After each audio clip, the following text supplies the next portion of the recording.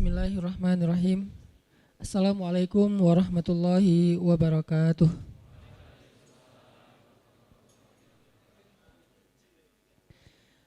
Alhamdulillahirabbil alamin, nahmaduhu wa nasta'inuhu wa nastaghfiruh wa na'udzu billahi min syururi anfusina wa sayyiati a'malina.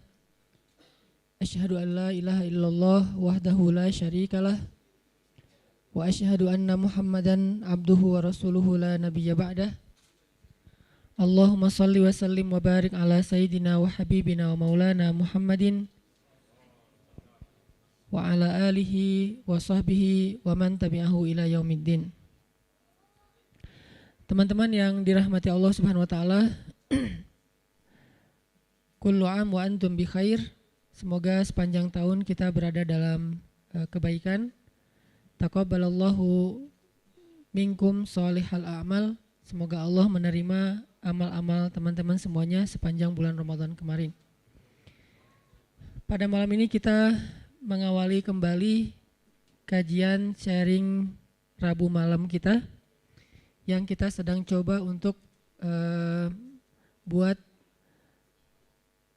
live streamingnya di beberapa kota, ada nobarnya. Ini adalah trial kita buat bikin kegiatan kelanjutan dari ngabuburit Ramadan nanti setelah lebaran ini. Cuman bentuknya insya Allah nanti akan kita bikin dalam bentuk semacam telekonferensi. Jadi kita akan bikin semacam konser pemuda seperti ngabuburit dan kita tambahkan beberapa program atau proyek-proyek sosial melibatkan beberapa komunitas-komunitas anak muda dan kita lakukan serentak di beberapa kota di Indonesia, live streaming dan bentuknya interaktif seperti telekonferensi. Dan malam ini kita sedang mencoba men-trial membangun sistem untuk itu. Dan kalau ada di antara teman-teman yang lebih paham tentang konsep atau sistem telekonferensi kayak gini, yang mirip-mirip kayak Tomorrowland, nanti silahkan bisa sama-sama kita sharing, kita bikin sistem konser pemuda yang kontennya adalah kegiatan sosial, kreativitas, dan jadi panggung hobi-hobi anak muda di seluruh Indonesia, sehingga nanti kita bisa sama-sama di seluruh Indonesia secara serentak mengadakan kayak muhasabah serentak, kemudian ada ceramah di beberapa kota, masing-masing ada ustadznya, ada DJ-nya. Misalnya di kota mana nanti ada Ustadz Adi Hidayat, di kota mana ada Ustadz, kalau nanti bisa komunikasi dengan Ustadz Abdul Somad, di kota yang lain ada Ustadz Felix, di kota yang lain nanti ada saya, tapi serentak. Dan pas muhasabahnya jadi satu. Misalnya kalau ceramahnya dari siang sampai malam jadwalnya berbeda, habis zuhur siapa, habis asar siapa, yang lain juga pada nonton secara live streaming. Pas muhasabah semuanya jadi telekonferensi merujuk ke kegiatan kita. Insyaallah ini sedang kita trial, doain aja mudah-mudahan proyek konser pemuda ini berhasil. Seperti ngabuburit, cuman nanti ada tambahan sosial projectnya supaya lebih bermanfaat. Karena buat kita revolusi mental itu bukan hanya sebuah narasi, tapi kita mencoba untuk membangun mental kita sebagai anak muda lewat activity, bukan lewat narasi aja. Mudah-mudahan dengan activity yang berdasarkan hobi, akhirnya kita bisa menjadi orang yang khairun nas anfa'uhum linnas. Karena menjadi khairun nas anfa'uhum linnas itu jangan hanya kita terjemahin dari angle sedekah doang. Jadi terkesannya khairun nas anfa'uhum linnas itu harus jadi orang kaya dulu baru jadi anfa'. Jadi orang yang bermanfaat. Padahal semua orang itu punya potensi untuk jadi anfa'uhum linnas, menjadi orang yang paling banyak ngasih manfaat buat orang lain. Bukan hanya dengan kekayaan, harta atau materi, bisa dengan potensi bakatnya, bisa dengan hobinya, bisa dengan kreativitasnya, bisa dengan apapun.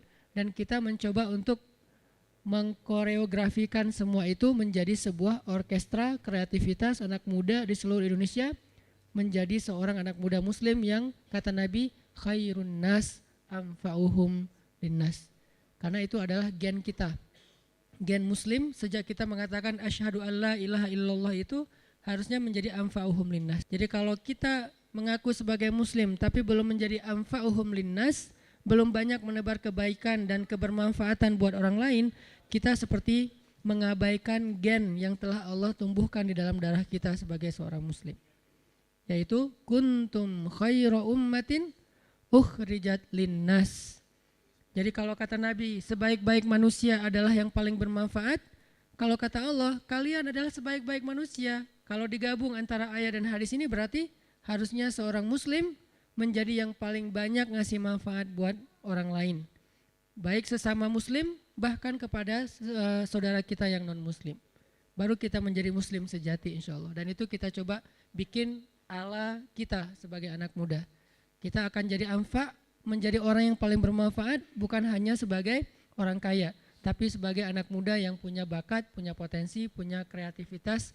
Dan insya Allah saya yakin selama itu bukan dosa, semuanya bermanfaat. Bahkan yang biasanya selama ini dipakai buat dosa, ternyata bisa juga dipakai buat yang gak dosa. Kayak saya mengatakan DJ bisa bermanfaat. Orang konotasinya kan, ini kita merubah mainstream dan mindset masyarakat dari hal yang negatif menjadi positif itu kan butuh waktu. Selama ini konotasi yang namanya DJ itu hanya di tempat-tempat hiburan malam. Padahal kemarin pas kita ngabuburit di Gasibu yang ngiringin kita lagu Indonesia Raya dan Indonesia Pusaka, DJ. Berarti potensi DJ juga kalau dia arahkan kepada hal yang bermanfaat, insya Allah jadi kebaikan. Gitu juga vokalis beberapa band, vokalis beberapa genre musik dan segala macam, termasuk anak-anak break dancer. Semua selama itu bukan melanggar syariat dan bukan sesuatu yang dosa, insya Allah jadi potensi khairun nas anfa'uhum linnas. Ditambah lagi Nabi pernah bilang, an-nasu ma'adin, kata Nabi. Manusia itu seperti logam. Az-zahabu wal fiddah. Ada yang emas, ada yang perak. Yang jelas an-nasu ma'adin, manusia itu kayak logam. Arti kayak logam, semua orang itu punya potensi dalam dirinya. Gak ada satu orang pun yang Allah lahirkan hanya jadi beban buat orang lain. Gak ada. Selemah apapun dia, Allah kasih dia potensi. Semua orang punya potensi. An-nasu ma'adin. Nabi gak bilang al-mu'min ma'adin, al-muslim ma'adin, tapi an-nas.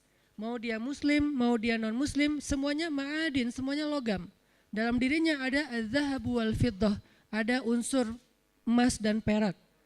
Khiyaruhum fil jahiliyah, khiyaruhum fil Islam. Sebaik-baik mereka sebelum sadar, saya enggak suka mengistilahkan ini dengan istilah aslinya, takut salah paham. Sebaik-baik mereka sebelum sadar adalah sebaik-baik mereka setelah sadar. Sebaik-baik mereka sebelum hijrah adalah sebaik-baik mereka setelah hijrah. Sebaik-baik mereka sebelum taubat masih baong adalah sebaik-baik mereka setelah taubat dan udah menjadi orang yang lebih dekat sama Allah. Kalau apa? Kalau mereka memahaminya. Kalau mereka memahami potensi itu. Dan insya Allah ini yang akan kita sama-sama dedikasikan untuk Allah, untuk Islam, untuk kemanusiaan, yang pastinya untuk negara yang kita cintai adalah menjadi anfa, manusia, anak muda yang paling bermanfaat, tapi lewat potensi dan bakat yang Allah sudah anugerahkan kepada kita masing-masing. Panggungnya konser pemuda. Yang insya Allah sekali kita adakan, ini insya Allah akan jadi sunnah hasanah, teladan yang baik yang akan ditiru di seluruh Indonesia. Dan nanti pas tanggal 10 November, nanti akan ada momen Agustusan, akan ada momen Sumpah Pemuda di Oktober, akan ada momen Hari Pahlawan 10 November. Kita akan adakan kegiatan yang insya Allah jadi kejutan juga buat Indonesia dari semangat anak-anak muda di seluruh Indonesia insya Allah. Doain aja dan ayo kita bareng-bareng kalau ada potensi coba sharing kepada teman-teman di Pemuda Hijrah, di Al-Latif. Siapa tahu potensi-potensi teman-teman yang selama ini kita belum tahu ternyata keren banget. Justru itu yang dibutuhkan bangsa ini. Jadi kita pengen merevolusi mental masyarakat kita, bukan dengan narasi, bukan dengan teori, bukan dengan komen, bukan dengan debat di sosial media, tapi dengan activity insya Allah. Dan saya nggak mampu melakukan ini sendiri, pastinya butuh tim, makin besar proyeknya, makin besar tim yang dibutuhin, yuk kita bareng-bareng. Oke teman-teman, malam ini kita akan memulai kajian Rabu malam kita dengan mengulang kembali materi yang pernah kita sampaikan beberapa tahun yang lalu tentang tajdidun niyah, memperbaharui niat. Kita akan bahas tentang min ajaibil ikhlas, di antara keajaiban-keajaiban ikhlas. Apa pentingnya niat dalam kehidupan kita? Bukan hanya dalam sholat dan ritual, tapi dalam kehidupan kita. Terus bagaimana ikhlas itu bisa merubah sesuatu yang sedang kita alami, baik itu musibah ataupun itu anugerah. Kemudian bagaimana cara kita menjadi seseorang yang mukhlis, sampai ke derajat tertinggi dari mukhlis itu adalah mukhlas. Jadi ada mukhlis, ada mukhlas. Orang mukhlis adalah orang yang sedang belajar menjadi ikhlas. Orang mukhlas, orang yang udah ikhlas banget. Jadi orang yang mukhlas itu gak ada bedanya antara dipuji sama dicela. Itu mukhlasin. Ketika dia posting sesuatu, likersnya banyak atau malah hatersnya banyak, buat dia gak ngaruh. Itu mukhlasin. Gak gara-gara dia yang nge-like dan komen positifnya disanjung banyak, jadi dia semangat. Terus giliran di hate sama orang lain, dicela sama orang lain, dia jadi kayak pundung gitu. Ini berarti sedang belajar mukhlis. Orang mukhlas nggak ada bedanya bagi dia antara emas dan batu. Sama di mata dia antara emas dan batu. Orang mukhlas sama di mata dia antara pujian dan celaan. Orang mukhlas sama di mata dia antara orang yang membalas kebaikannya atau justru mengkhianati kebaikannya. Dia tetap menolong orang tersebut. Ini mukhlasin, derajat tertinggi dari mukhlisin. Sehingga para anbiya kayak Nabi Yusuf, Nabi Musa, Allah menyebutnya mereka adalah mukhlasin. Wadhkur fil kitabi Musa innahu kana mukhlasan wa kana rasulan nabiyya, salah satunya. Coba kalian ingat kisah tentang Musa. Musa adalah seorang hamba yang mukhlasan, mukhlas banget, yang udah gak ada bedanya dipuji orang, dicela orang, diikuti orang, ditinggalkan orang, buat dia gak beda. Dia tetap berbuat baik, dia tetap taat kepada Allah.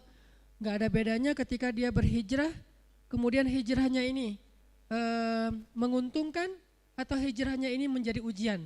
Dia tetap berhijrah karena dia tahu hijrah itu baik. Dia tetap jujur karena jujur itu baik. Gak ada bedanya ketika dia jujur menguntungkan atau jujur malah jadi ujian. Saya gak bilang merugikan ya, karena jujur gak mungkin rugi, taat gak mungkin rugi, taubat dan hijrah gak mungkin rugi, cuman ujian. Buat dia kalau tahu itu baik ya dia lakukan. Mau untung, mau jadi ujian. Ya buat dia pokoknya lakuin aja.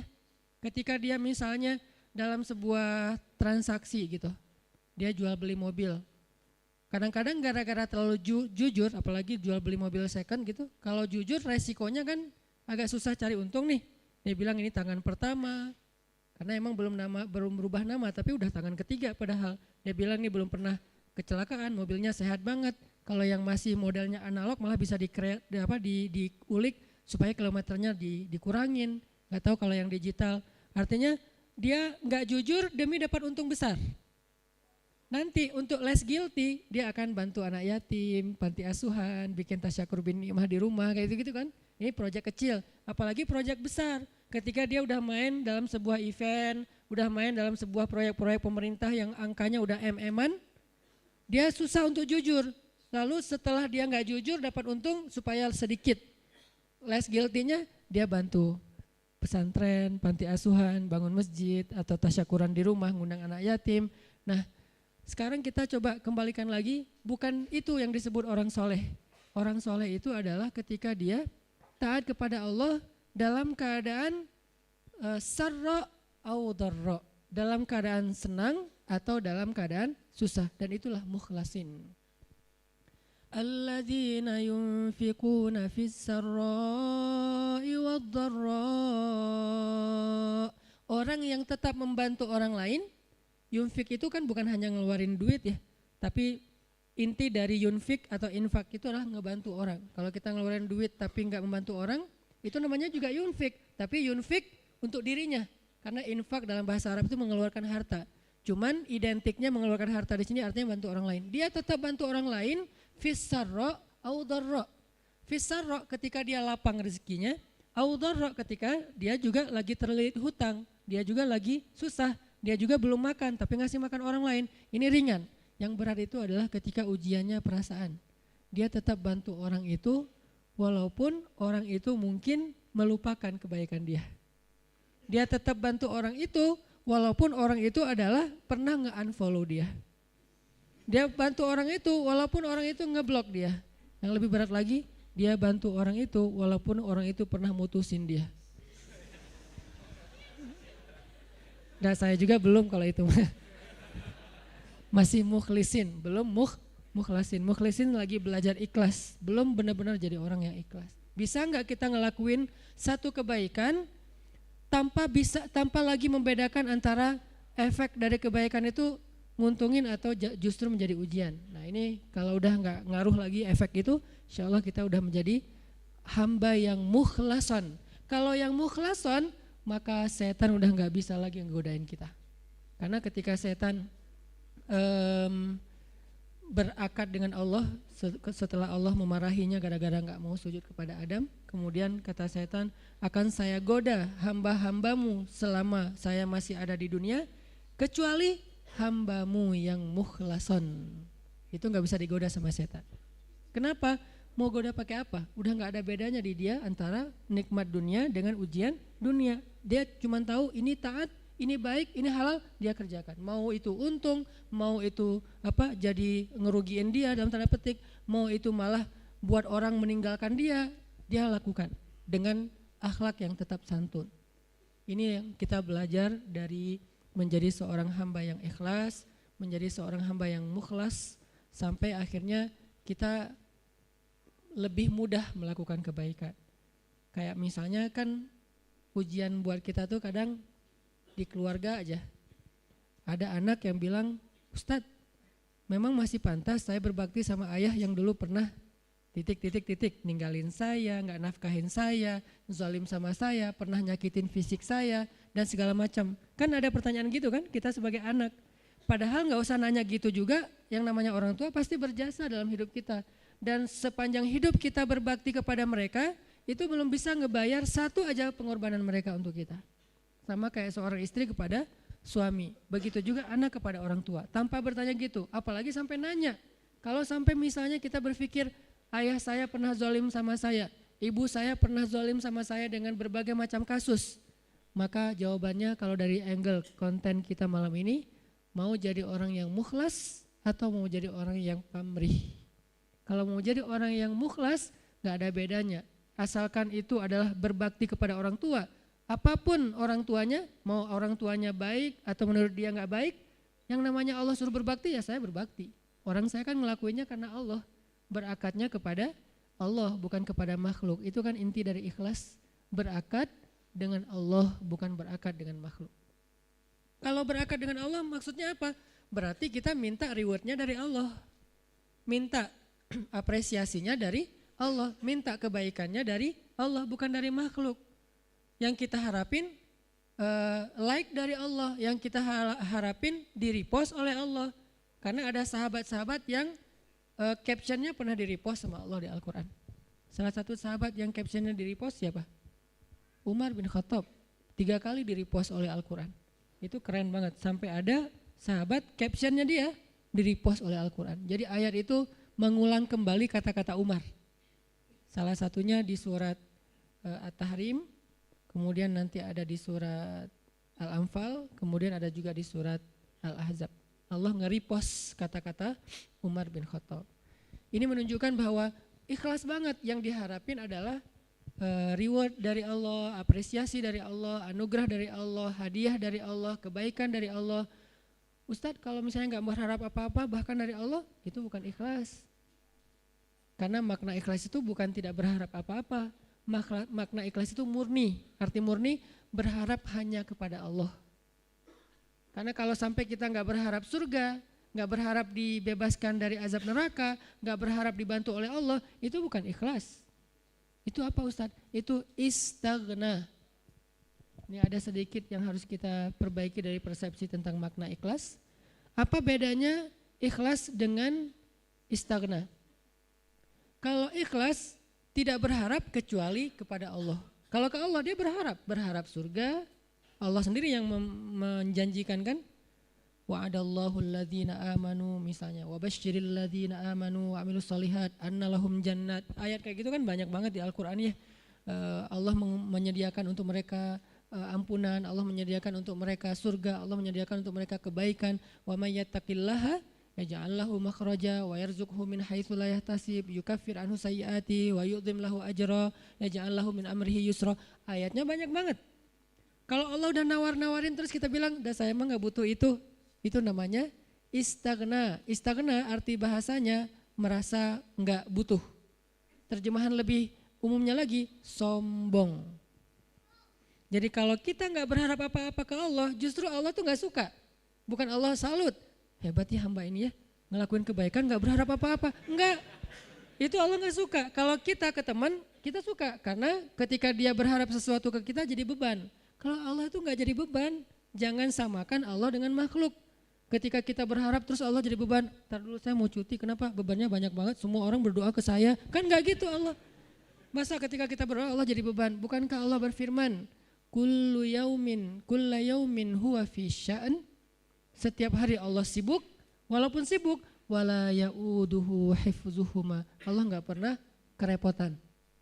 Wala ya'uduhu hifzuhuma. Allah enggak pernah kerepotan untuk memelihara, menjaga dan memberikan hak huma, langit dan bumi dan apa yang ada di dalamnya. Jadi ikhlas itu bukan enggak berharap apa-apa teman-teman. Ikhlas itu tidak berharap kecuali kepada Allah saja. Ke Allah berharap surga. Ya Allah beri saya surga. Sampai Nabi bilang kalau kalian minta surga, mintalah surga Firdaus yang paling tinggi. Jadi puncaknya Firdaus. Apakah Nabi kurang ikhlas? Bukankah ikhlas kita belajarnya dari Nabi? Adakah yang lebih baik ikhlasnya daripada Nabi? Tidak ada. Bahkan para anbiya pun belajarnya kepada Rasulullah seandainya mereka sezaman. Bukti mereka Nabi lebih baik dari mereka apa? Semua Nabi itu nggak mention Nabi Muhammad.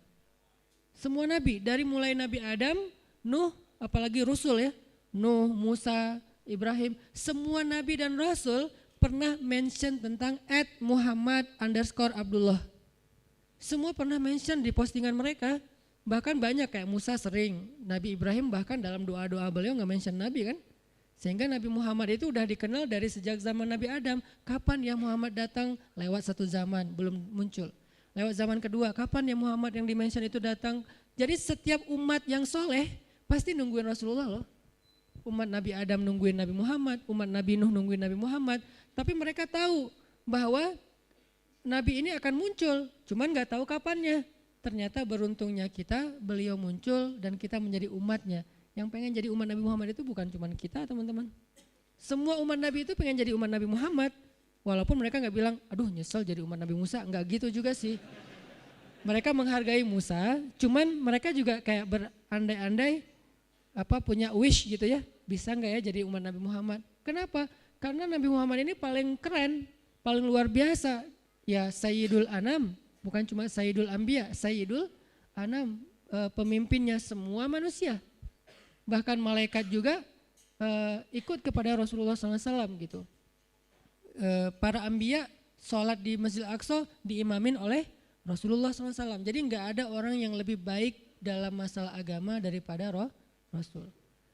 Kalau Nabi mengajarkan kita tentang mengharapkan kebaikan kepada Allah dan itu masuk dalam bagian ikhlas, berarti kalau ada orang yang nggak mengharapkan lalu merasa paling ikhlas, ini pasti ada yang miss nih tentang pemahamannya. Enggak.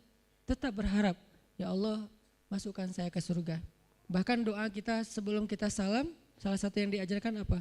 Allahumma inni a'udzubika min azabi jahannam wa min azabil qabr wa min fitnatil mahya wal mamat wa min syiddatil wa min syarri fitnatil masiihid dajjal. Atau doa yang dibaca sama Bilal terus di like sama Nabi itu apa? Yang diposting sama Bilal. Allahumma inni as'aluka ridhaka wal jannah wa a'udzubika min sakhatika wan nar. Itu kan postingan Bilal ya. Yang first like-nya malah Rasulullah. Lalu yang lain pas ngeliat Rasulullah nge-like pada nge-like juga. Akhirnya malah di save gitu postingan Bilal dan dihafal. Kemudian di-repost sampai zaman kita sekarang. Isinya apa itu? Meminta dan berlindung. Berarti mengharapkan kan?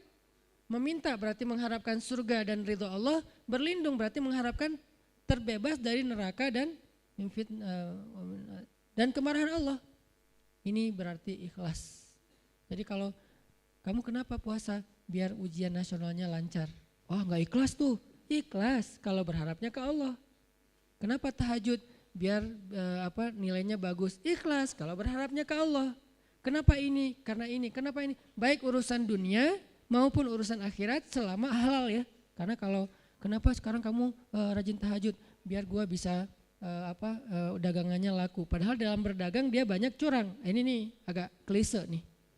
Klise sekali ya. Mirip-mirip dengan orang Khawarij di zaman sahabat. Sampai Nabi bilang gini. Ini klisenya Khawarij ya. Kalau di zaman kita menurut sebagian besar ulama dan saya sepakat dengan itu seperti ISIS. Klisenya Khawarij itu apa? Kata Nabi, kalau kalian membandingkan ibadah kalian dengan ibadah mereka, maka kalian akan meremehkan ibadah kalian. Saking ibadah orang Khawarij itu luar biasa. Itu soleh banget dari sisi ibadah ya. Taat banget, rajin ibadah banget. Sampai di zaman sahabat ada orang Khawarij lagi selesai perang, mereka istirahat di bawah sebuah pohon korma. Duduk di atas kepala para sahabat. Jadi ada sahabat yang dipenggal kepalanya, mereka duduk di atas kepala sahabat yang habis dipenggal, istirahat, tiba-tiba jatuh buah kurma. Pas buah kurma jatuh, temannya ngambil. Kata temannya yang lagi duduk di atas kepala sahabat bilang, jangan makan, itu kan bukan hak kita, karena kita belum minta izin kepada pemilik. Giliran satu butir kurma, mereka mikirin halal haram, tapi di bawah mereka lagi didudukin kepalanya para sahabat yang dijamin masuk surga. Klise kan? Ini yang sering terjadi. Kadang-kadang kita dari satu sisi ahli ibadah, malam tahajud, siang puasa, tapi komen di sosial media masih istilahnya gibah, buka aib, apa-apa segala macam. Ini berarti kita kayak agak sedikit aneh gitu kesolehannya. Nah, termasuk orang yang pengen jadi orang baik tapi nggak mengharapkan apa-apa. Sampai ada syair, dan saya agak kurang setuju dengan syair ini, mengatakan, ya Allah kalau saya berbuat baik karena pengen surga, tutuplah pintu surga itu dari saya, gitu kan ya. Kalau saya beribadah karena takut neraka, masukkanlah saya ke dalam neraka. Saya melakukan itu hanya karena cinta. Terkesan hub, al-khauf, dan ar-roja itu tiga hal yang bertentangan. Padahal tiga hal ini tiga-tiganya bagian dari iman. Hub, cinta, bagian dari iman. Kita harus mencintai Allah lebih dari segalanya. Khauf, takut kepada Allah, bagian dari iman. Sampai Nabi mengatakan, Ra'sul hikmah makhafatullah. Puncaknya orang yang berilmu itu takut sama Allah. Jadi orang yang paling takut pada Allah, yang paling banyak berilmu. Innama yakhsyallaha min ibadihi al-ulama. Orang yang paling takut kepada Allah di antara hambanya adalah orang yang berilmu. Begitu juga dengan ar-roja. Siapa yang mengharapkan kebaikan di sisi Allah, maka dia mendapatkan apa yang dia harapkan, termasuk niat. Maka yang paling tepat di antara makna ikhlas, ikhlas itu tidak berharap kecuali hanya kepada Allah. Kalau berharap kepada Allah, itu semuanya ikhlas. Kalau enggak berharap apa-apa dari Allah, namanya istaghna. Dan ayat tentang istaghna, kalla innal insana la yatgha ar-ra'ahu istaghna. Manusia itu akan banyak berbuat dosa ketika dia merasa dirinya serba cukup, enggak butuh lagi kepada Allah SWT. InsyaAllah nanti kita lanjutkan setelah sholat isya. Teman-teman sekalian, kita lanjutkan tentang pembahasan min ajaibil ikhlas, di antara keajaiban ikhlas. Dan tadi kita membahas tentang arti ikhlas itu apa. Ternyata ikhlas itu bukan enggak berharap apa-apa kepada Allah. Seolah-olah kita enggak merasa butuh kepada Allah. Padahal justru berharap kepada Allah, bergantung kepada Allah, meminta kepada Allah, itu bagian dari ibadah. Jadi kalau kita pengen dapat banyak pahala ibadah, doa aja yang sering. Karena berdoa itu adalah ibadah. Dan Nabi yang paling banyak berdoa itu salah satunya Nabi Ibrahim. Dan kita baca di dalam Al-Quran gimana doa-doa Ibrahim yang sangat luar biasa. Sehingga Ibrahim dikenal dengan istilah awwahun. Hamba yang awwah, arti awwah itu da'a, arti da'a banyak berdoa. Jadi kalau Ibrahim aja Allah sayang banget kepada beliau karena suka berdoa, berarti doa itu adalah ibadah. Dan Allah gak akan repot sama sekali kalau kita minta. Request kita sebanyak apapun ke Allah gak repot sama sekali. Bahkan kadang-kadang kita meminta sesuatu yang menurut logika kita udah gak mungkin, buat Allah juga bukan sesuatu yang berat. Gak akan Allah terganggu, kamu kalau minta ngira-ngira dong gitu. Masa minta sesuatu yang udah gak mungkin lagi dikabulkan? Enggak, karena ala kulli syai'in qadir, gak ada batasan, Allah maha kuasa atas segala sesuatu. Justru dengan meminta kita lagi belajar iman loh teman-teman. Meminta itu belajar iman, kayak kita lagi mau jalan, naik kendaraan atau naik pesawat. Begitu dia mau take off, Bismillahirrahmanirrahim, ya Allah mudah-mudahan selamat kalau bahasa kita ya. Itu kan belajar bergantung ke Allah. Justru orang yang gak meminta ke Allah, gak bergantung ke Allah, itu istaghna, sombong. Memangnya kita yakin take off ini akan berhasil, akan sukses. Apalagi landing, itu lebih berat lagi tuh. Selalu deg-degan saya kalau udah landing. Apalagi kalau yang misalnya pesawatnya agak kecil, terus cuacanya gak bagus, landingnya sampai gak terlalu mulus gitu, itu kan resikonya tinggi. Sehingga pas lagi landing, doanya mungkin 3 kali lipat pas dari take off gitu. Kalau take off doanya subhanallah sakharana haza, kalau landing sampai yasinan, ayat kursi, ar-rahman. Kenapa? Karena bergantung kepada Allah. Loh kok pas lagi kayak gitu berdoa, ya ke siapa lagi coba? Kita berlindung, ke siapa lagi kita bergantung, ke siapa lagi kita berharap. Itu bagian dari iman.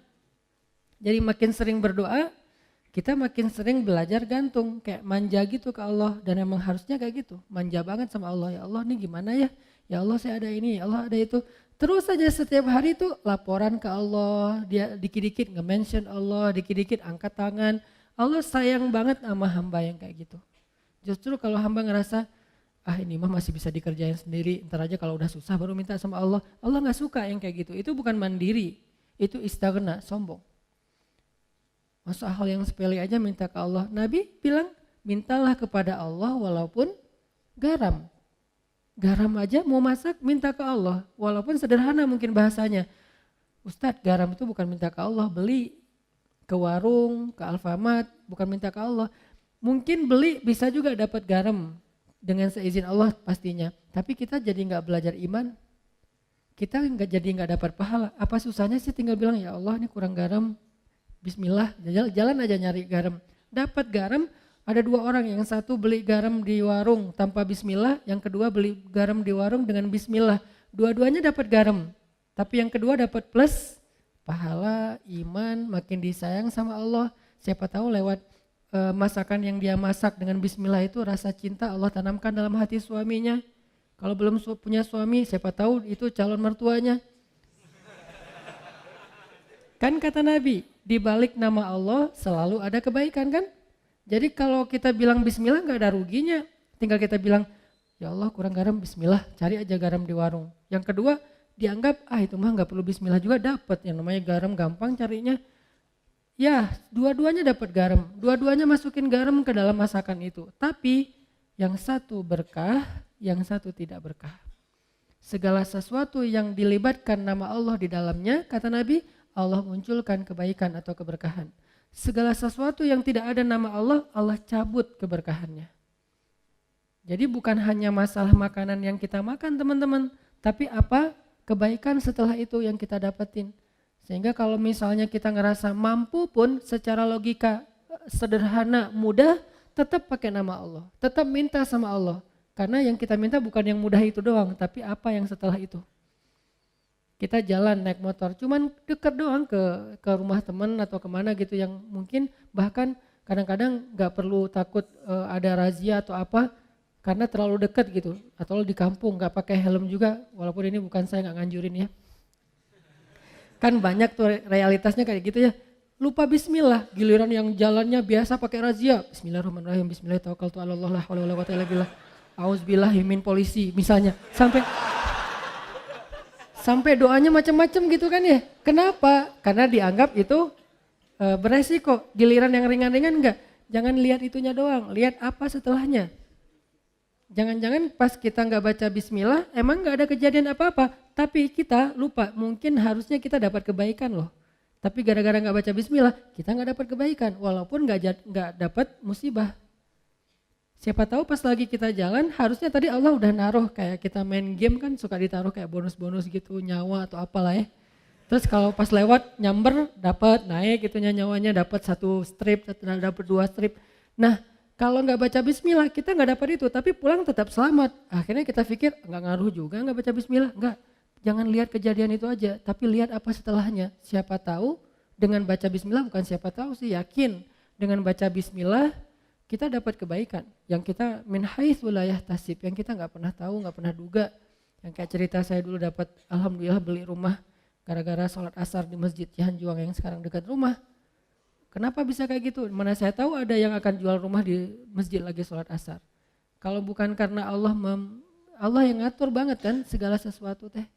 Jadi minta sama Allah, berharaplah kebaikan-kebaikan sebanyak apapun dari Allah, itu nggak ngerugiin Allah. Sampai Nabi mengatakan, seandainya semua makhluk, semua manusia dari mulai Adam sampai manusia terakhir berkumpul sekaligus, lalu mereka semuanya meminta kepada Allah kebaikan dan pertolongan, maka Allah memberikan semua permintaan mereka dikabulkan satu persatu sesuai dengan hajatnya. Maka semua itu tidak mengurangi kebesaran Allah, walaupun sekecil 1 tetes air yang dicelupkan dengan ujung jarum ke dalam lautan. Sama sekali nggak berkurang. Apa repotnya buat Allah? Ini berhala udah ngumpul semua, bukan sealatif loh. Dari Nabi Adam sampai manusia terakhir ngumpul, numplek semuanya, ya Allah, ya Allah, ya Allah, semuanya teriak. Minta kepada Allah dan Allah kabulkan satu-satu masing-masing dikabulkan sampai beres hajatnya. Itu enggak mengurangi kebesaran Allah walaupun seujung kuku sekalipun atau seujung jarum sekalipun. Jadi keliru kalau kita memahami seolah-olah Allah jadi repot gara-gara kita minta terus. Enggak enak minta sama Allah terus, mending kita beribadah aja, jangan banyak minta, malu. Enggak, justru Allah kalau kita minta, Allah malu enggak ngasih. Kan kata Nabi, Allah itu malu kalau hambanya mengangkat kedua tangannya dan meminta yang baik untuk tidak mengabulkan Allah, itu malu, pasti dikabulkan sama Allah. Bahkan yang mustahil menurut kita. Mustahil menurut kita, iya. Minta aja sama Allah, enggak namanya minta sama Allah apa susahnya sih? Tinggal bikin aja standar. Ya Allah, standar saya tingginya sekian, kulitnya warnanya ini, wajahnya enggak perlu pakai foundation, memang udah kinclong. Bibirnya jarak dari 1 kilo kelihatan merahnya, saking orangnya tuh kayak natural banget cantiknya kayak Aisyah. Ya Allah, saya pengen gitu banget. Agak-agak mustahil mungkin menurut kita ya, tahu diri lah ya. Ya kayaknya mustahil sih Allah, tapi kan buat Allah gak ada yang mustahil. Buat saya itu mustahil, gak mungkin. Tapi buat Allah siapa tahu bisa dan pasti bisa. Yakin 100% bisa. Kok bisa Ustaz? Emang Ustaz dapat? Dapat dong. Kalau saya bilang enggak, ntar nggak dibukain pintu. Insya Allah pasti dapat teman-teman. Kalau misalnya nggak dikasih di dunia, dikasih di akhirat yang pasti dikasih. Ustadz, kenapa nggak dikasih di dunia? Daripada kita kaget, terus daripada kita lagi akhirnya jadi fitnah, kita nggak sanggup menanggung punya pasangan secantik bidadari, banyak banget yang ngelirik dia, tiba-tiba followersnya naik, kan kita sendiri yang repot kan? Nah, akhirnya dikasih yang kita sanggup menanggung kecantikan itu. Sehingga kita nggak terabaikan dari hal yang lain, nggak bikin kita sombong. Coba kalau terlalu keren malah bikin kita sombong. Kalau yang terlalu biasa bikin kita bingung. Ya udah yang tengah-tengah aja, sesuai dengan kebutuhan kita. Nanti di akhirat baru dikasih sesuai dengan kita. Ya Allah, kok sekarang saya dapatnya keren gini ya Allah, kan kamu dulu mintanya gini. Siapa dia? Pasangan halal kita di dunia yang Allah make upin lagi nanti di akhirat. Make up dunia aja bisa berubah orang, yang kan banyak tuh di Instagram yang viral gitu kan. 2 foto kan ya. Ini yang asli, ini hasil make up. Atau 3, asli make up editan. Yang ketiga paling keren kan. Nah, kebayang nggak editan di dunia aja pakai apps itu bisa sekeren itu. Gimana editan akhirat? Allah yang edit. Jadi juru riasnya tuh langsung Allah yang ciptakan, pas dibangkitkan dari kubur, bulu mata udah lentik. Kamu siapa? Kan aku. Kok udah berubah, bulu mata udah lentik, alis udah bertaut, nggak lurus gini kayak balok ya, bertaut gitu. Udah keren pokoknya. Minta aja lah, apa susahnya sih minta sama Allah, tinggal ya Allah saya gini gini gini. Bukan hanya dalam masalah jodoh, dalam masalah rezeki. Minta aja yang banyak. Kenapa takut meminta yang baik-baik dari Allah? Ya Allah jadikan saya orang kaya, tapi orang kaya yang dermawan. Jangan kaya kayak Korun, tapi kaya kayak misalnya Nabi Ayub. Kayanya ya, bukan sakitnya. Diperjelas, takutnya nanti dikasih. Kamu pengen kayak Nabi Ayub, tuh sakit aja 17 tahun. Ya Allah bagian itu saya lupa bilang. Kalau doa juga kadang-kadang harus hati-hati gitu. Ya Allah saya pengen kaya seperti Ayub yang dermawan. Ibrahim tuh, gimana kayanya Ibrahim? Kita kan jarang tahu kalau Ibrahim itu orang kaya kan. Kaya banget loh. Ukuran kekayaan Ibrahim apa teman-teman? Setiap malam Ibrahim itu menyembelih 100 ekor onta untuk para tamu yang berziarah ke Masjidil Aqsa. 100 ekor onta. Satu onta itu 40 juta harga paling murahnya. Kali 100 berapa? 4 miliar ya. Setiap malam 4 miliar. Setiap malam. Bukan setahun sekali. Setiap malam ngeluarin duit 4 miliar untuk ngejamu para penziarah yang datang ke kota suci Al-Quds. Itu baru makanan. Dan beliau menyediakan tempat penginapan bintang 5 gratis untuk semua para turis yang datang ke Masjidil Aqsa. Jadi Masjid Aqsa yang sekarang Al-Quds yang diklaim Israel sekarang itu, dulu tuh Ibrahim sendiri yang ngelolanya tuh. Ibrahim tuh bukan orang miskin, orang kaya. Tapi diuji ninggalin istri dan anaknya di tengah padang batu dengan bekal yang seadanya. Kalau beliau nggak punya apa-apa, wajar dong. Hajar menganggap, oh Ibrahim memang nggak punya apa-apa, ninggalin kita di sini. Tapi Ibrahim tuh orang kaya raya, kok bisa ninggalin istrinya kayak gitu, nggak dikasih bekal yang cukup?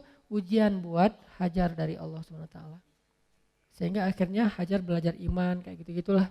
Jadi minta aja. Kalau misalnya Allah nggak ngasih di dunia kekayaan sebanyak yang kita minta, dikasih kekayaan di akhirat. Dan kekayaan di akhirat juga kita butuh. Bahkan di akhirat kita lebih butuh lagi jadi orang kaya daripada dunia. Kenapa? Karena di akhirat kita menjadi orang yang perjalanan sendirinya itu cukup lama. Gak dibantu siapa-siapa itu cukup lama. Baru setelah periode ini lewat, baru nanti akan ada periode kita ketemu lagi dengan pasangan kita, ketemu lagi dengan keluarga kita, yang pasti gak akan ketemu lagi dengan mantan kita. Itu ada adegan kayak gitu nanti di akhirat. Masa di surga ketemu mantan kan baper ya. Kenapa sih kamu udah masuk surga masih sedih? Itu.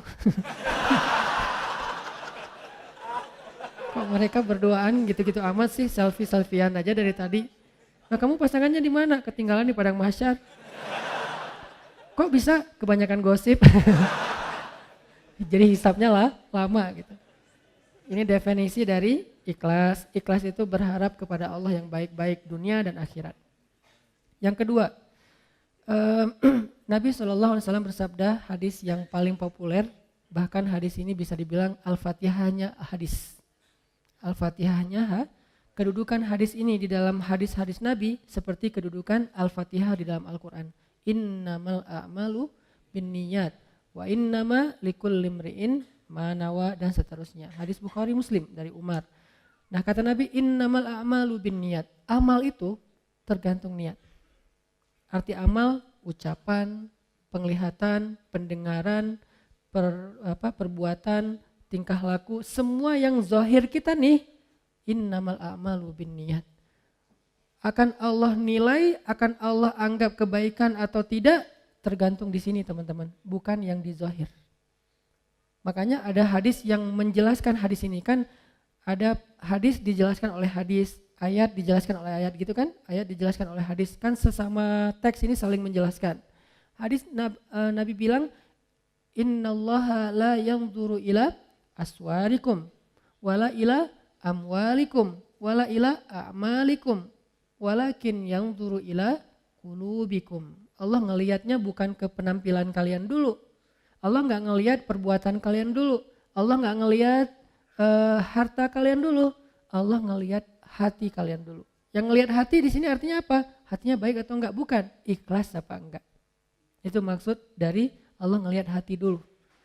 Sehingga kalau misalnya kita mau dihargai oleh Allah, diberikan balasan kebaikan oleh Allah, ini dulu yang harus kita islah. Disebut dengan istilah tajdidun niyat. Perbaharui ini Niat. Kenapa perbaharui niat? Karena niat ikhlas itu dijaga teman-teman, nggak cuma di awal. Ada orang di awal ikhlas, tapi di tengah riya. Lawan dari ikhlas itu by the way riya. Ada di awal ikhlas, di tengah ikhlas, di akhir riya. Ada di awal ikhlas, di tengah ikhlas, di akhir ikhlas, setelah beberapa tahun riya. Begitu sekali dia riya, hangus habis semua kebaikan dari apa yang kita udah lakuin. Contoh, kan kita tuh bukan tipe orang yang insya Allah levelnya di awal udah riya ya. Insya Allah tuh bukan kita, nggak mungkin kita mau tilawah, dengerin gua tilawah riya ya. Oh, enggak kan, kita bukan tipe gitu. Insya Allah kita di satu level di atasnya. Orang yang insya Allah di awalnya ikhlas. Nggak mungkin juga kita misalnya mau ngelakuin satu kebaikan semuanya terus kita niatkan. Kalau orang yang niatnya dibaca usolli sunnata tahiyatul masjid rakaatain lillahi ta'ala. Kan gitu kan ya. Ini riya sengaja. Usolli sunnata misalnya duha rakaatain riyaan linnas. Allahu akbar. Kan enggak ada.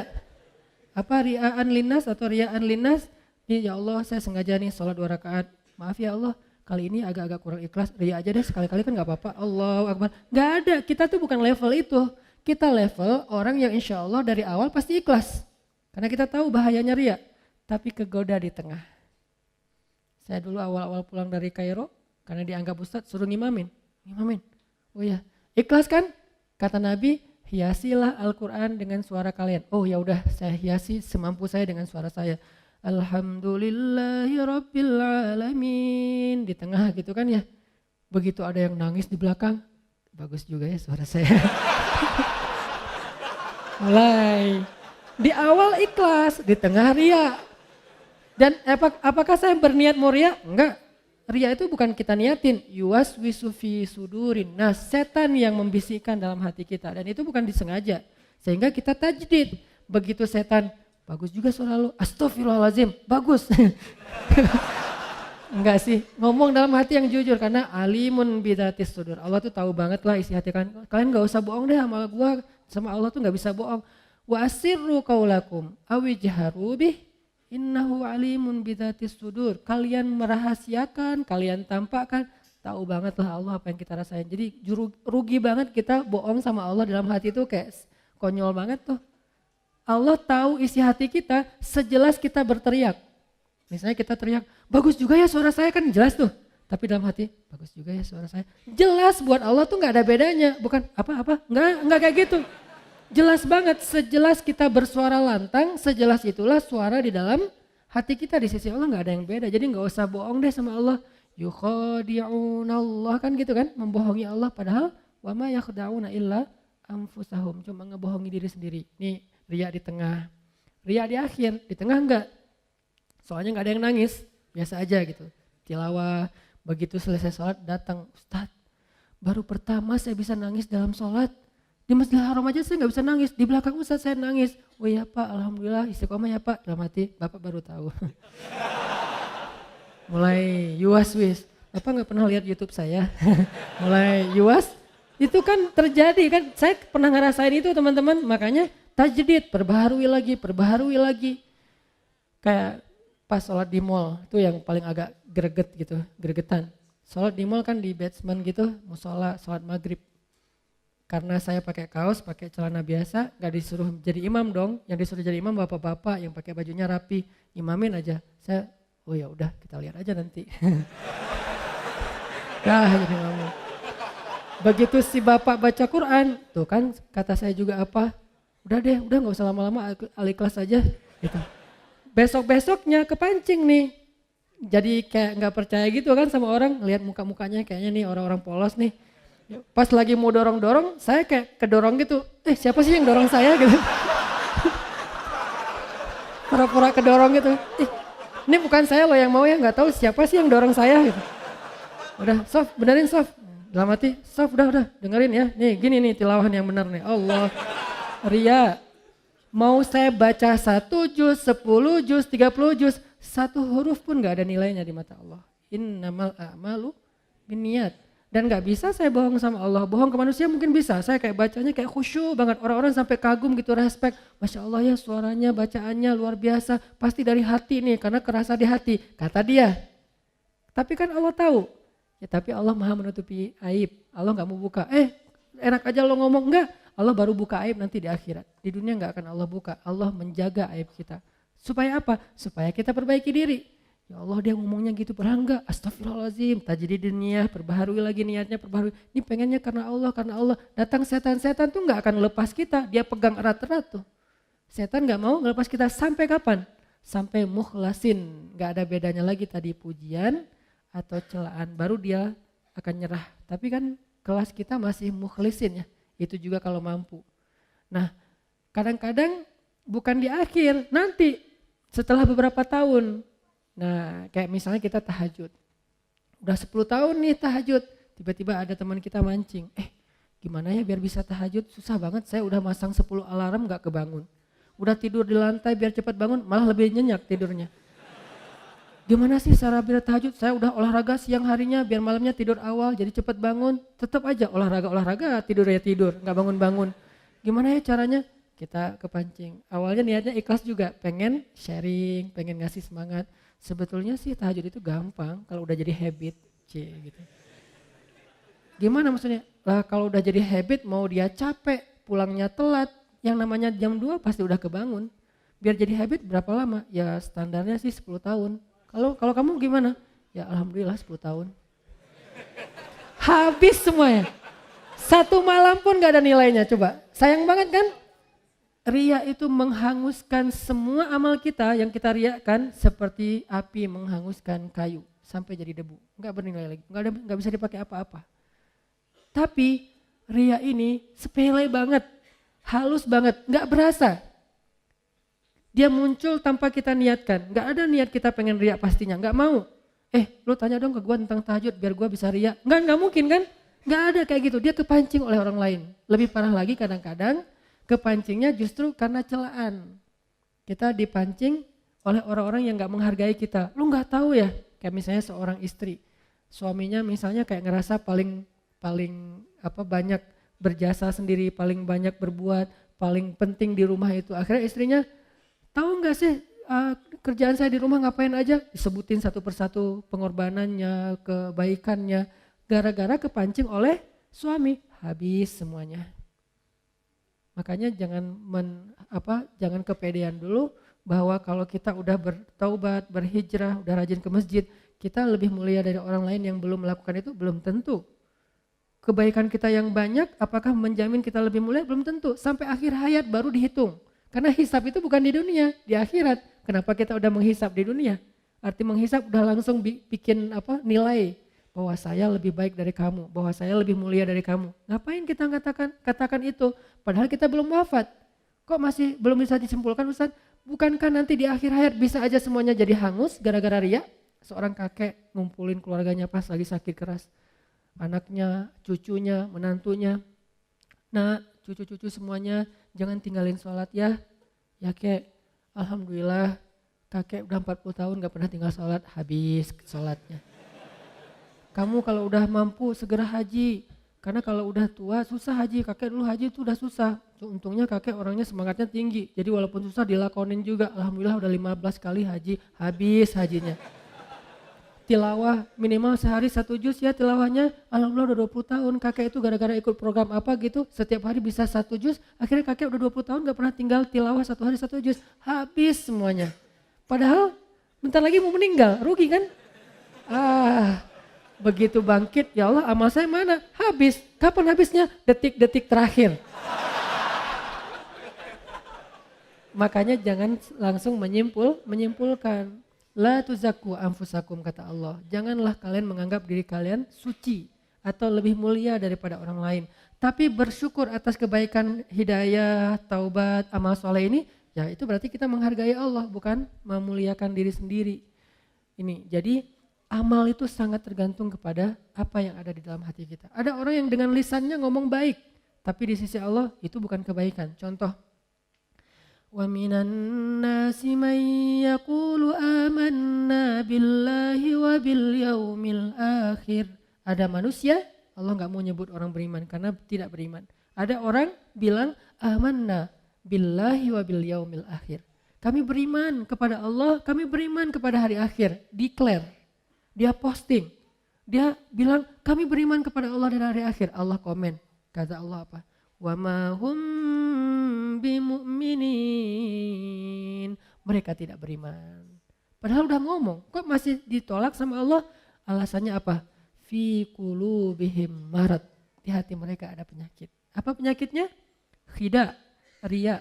Mereka tidak mengatakan itu kecuali untuk mendapatkan simpatik dari manusia, bukan dari Allah. Berarti ucapan doang belum tentu. Kita astagfirullah, astagfirullah, astagfirullah, astagfirullah. Ucapan kan? Kalau nggak benar dari hati bahwa kita benar-benar menyesali dosa, maka Allah menilai sesuai dengan hati kita. Siapa tahu kita istighfar hanya pengen disebut sebagai ahli istighfar. Astagfirullah, astagfirullah, astagfirullah. Begitu ada orang dekat dengan kita, astagfirullahaladzim, astagfirullah, astagfirullah. Makin kencang istighfarnya. Perasaan tadi pelan-pelan biasa-biasa aja. Kenapa jadi lebay gitu? Karena ada orang kanan kiri. Gitu juga dengan sholat. Begitu sholat sendiri cepat-cepatan. Gitu sholat berjamaah baru juga takbir. Allah. Dari mana juga bacaan sholat adanya gitu kan ya. Saking menghayati. Kenapa? Karena dia dilihat orang lain. Allah tahu banget lah yang gitu-gitu, gak usah acting deh di depan Allah. Begitu kita acting, Allah bilang fi qulubihim marad. Yang masalah itu bukan zahir kamu. Berdiri takbir kamu itu udah sifat sholat Nabi. Naruh ininya sifat sholat Nabi. Berdirinya sifat sholat Nabi. Bacaannya bacaan Nabi. Kenapa bacaan Nabi? Di hari ini Nabi baca surat ini. Sholat ini Nabi baca surat ini. Sampai sedetail itu. Rukunya itu benar-benar bisa naruh air dan gak tumpah. Saking sifat sholat ruku Nabi. Sujudnya bisa masuk anak kambing. Kan bangetlah zahirnya. Tapi kalau dalam hatinya dia berpikir, nih kalian lihat nih, ini baru sifat sholat Nabi. Kalian belajar sama saya, habis semuanya tuh. Kenapa? Fi qulubihim marad. Hatinya ada riya. Jadi Allah innamal a'malu binniyat, maksudnya yang Allah nilai pertama ini dulu. Kalau ininya benar, zahirnya ada kurang-kurang dikit, Allah sempurnakan.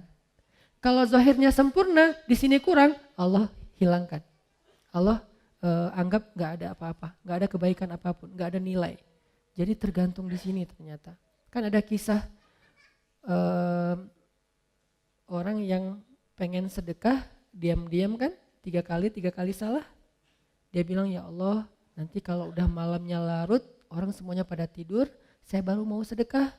Ini berarti dia sedekahnya kan diam-diam ya, gak ada yang lihat ya, ikhlas gitu. Karena ada dulu cicitnya Nabi, Ali bin Husain Zainal Abidin. Beliau itu kalau mau ngasih sedekah ke orang miskin, tunggu sampai semua orang dalam kampung itu tidur. Begitu orang udah pada tidur, baru keluarlah Ali bin Husain, bawa roti, naruh di depan rumah orang-orang miskin. Terus pulang aja. Dan gak mungkin juga orang miskin pakai CCTV kan. Jadi dia tahu, gak ada yang lihat, ditaruh. Pulang, pagi-pagi orang miskin buka pintu, ada kantong di dalamnya roti. Setiap malam kayak gitu. Dan gak ada yang tahu kalau itu Ali bin Husain. Kapan taunya? Begitu Ali bin Husain Zainal Abidin wafat, udah gak ada lagi roti di depan rumah orang miskin. Baru orang mengatakan berarti selama ini yang ngasih adalah Ali bin Husain Zainal Abidin. Saking merahasiakan amal, biar Allah dan saya aja yang tahu. Kita berdua aja ya, Allah yang tahu, yang lain gak usah. Itu romantis banget loh sama Allah. Jadi kalau ada yang ngomong, tuh gak pernah sedekah. Ya Allah dia gak tahu. Biar kita aja sama Allah yang tahu, itu keren loh. Jadi ada amal yang biar jadi rahasia. Kan kalau ada rahasia tuh jadi terkesan akrab ya. Kayak romantis gitu kan. Kayak kita misalnya dengan orang-orang khusus, sahabat kita, geng kita. Kan kita punya rahasia yang orang lain gak tahu kan. Jadi kalau ada orang yang ngomongin macam-macam, kita ngelirik dia aja sambil senyum-senyum. Dia gak tahu kan.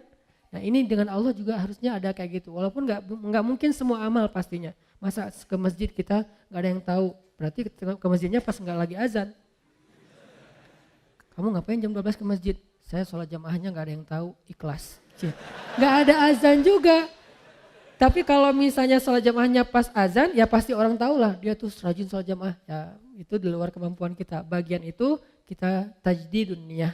Tapi yang lain yang masih bisa dirahasiain, rahasiain. Karena ada ulama dulu tuh merahasiakan ibadah malamnya sampai 40 tahun gak ada yang tahu kalau dia tuh tahajud. Jadi orang bilang dia tuh gak pernah tahajud, padahal dia tahajud. Kok orang gak ada yang tahu caranya kalau orang masih melek dia biasa-biasa aja. Begitu dia pas orang lagi melek dia tidur, begitu orang tidur dia bangun.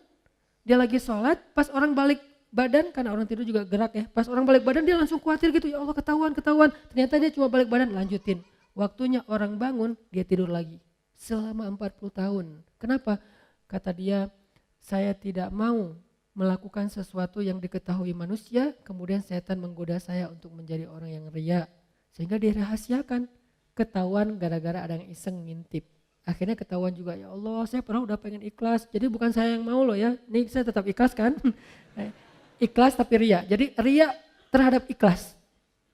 Ini unik, ada orang yang riya terhadap ikhlas. Lo kenapa gak pernah melakukan tahajud? Gua orangnya gak mau sebut-sebut kalau tahajud. Udah biasa ngelakuin tengah malam jam sekian juga gak pernah dikasih tahu ke siapa-siapa, ikhlas dong. Ini riya terhadap ikhlas. Kenapa sih lo tilawah Al-Quran pelan-pelan? Soalnya suara gue terlalu bagus kalau terlalu kencang. Daripada gue nanti jadi riya, gue bacanya pelan-pelan aja. Alhamdulillahirabbil alamin. Terus ada yang pamer gitu, ada yang show off gitu di sebelah.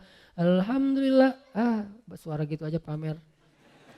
Riya terhadap keikhlasannya. Jadi nggak rela kalau orang lain riya karena dia ngerasa ikhlas. Jadi pengennya lo gak usah riak depan gue deh, gue ikhlas, kalau gue mau pamer bisa, cuma kan gue gak mau, gue pengennya ikhlas. Ini namanya ikhlas, riak terhadap ikhlas, ini aneh banget. Sama dengan orang yang perlu istighfar terhadap istighfar. Ya istighfar, al-istighfar yahtajul istighfar. Istighfarnya membutuhkan istighfar, kenapa? Istighfarnya itu riak banget. Astagfirullah, ya Allah, zalamtu nafsi zulman katsira. Oh gak ada lagi orang, amin, udah pergi aja. Padahal juga ada orang, istighfarnya luar biasa. Ini nih, istighfar yahtajul istighfar. Istighfar yang membutuhkan istighfar. Jadi ada laki-laki, dia sedekah, ya Allah malam ini saya pengen sedekah ke orang pertama yang saya temuin di luar rumah. Malam-malam, kayak kita mungkin jam 12 malam dia keluar, ketemu seorang laki-laki, ngasih aja, pergi. Karena dia gak mau ketahuan, gak mau ngobrol biar gak ketahuan, pergi aja. Besok pagi, orang-orang pada ngomong, jadi trending topik. Kata orang-orang, semalam ada pencuri dapat sedekah. Dia langsung ngerasa gitu, bukan kegeeran karena dia doang yang sedekah kan. Astagfirullahaladzim, berarti sedekah saya salah semalam buat pencuri. Ya Allah, saya ulangi deh ntar malam saya perbaiki. Maaf ya Allah. Malam kedua dia keluar lagi, diam-diam gak ada orang. Jalan nyari siapa yang bisa dibantu. Lewat seorang cewek, kasih, neng, langsung pergi. Besok pagi orang-orang ngomong, semalam seorang pezina dapat sedekah. Astagfirullahaladzim, salah lagi 2 kali. Dan ini ceritanya bukan fiksi, hadis dalam bentuk kisah. Malam ketiga dia keluar lagi, ketemu orang kasih, pergi. Besok orang mengatakan semalam ada orang paling kaya di kampung ini dapat sedekah.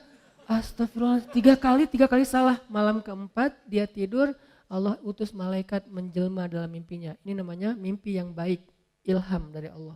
Malaikat itu bilang, fulan sedekah kamu 3 kali, mungkin kamu pikir salah, tapi Allah terima karena dia ikhlas. Yang pertama, sedekah kamu kepada pencuri membuat dia tidak jadi mencuri karena sudah mendapatkan apa yang dia butuhkan.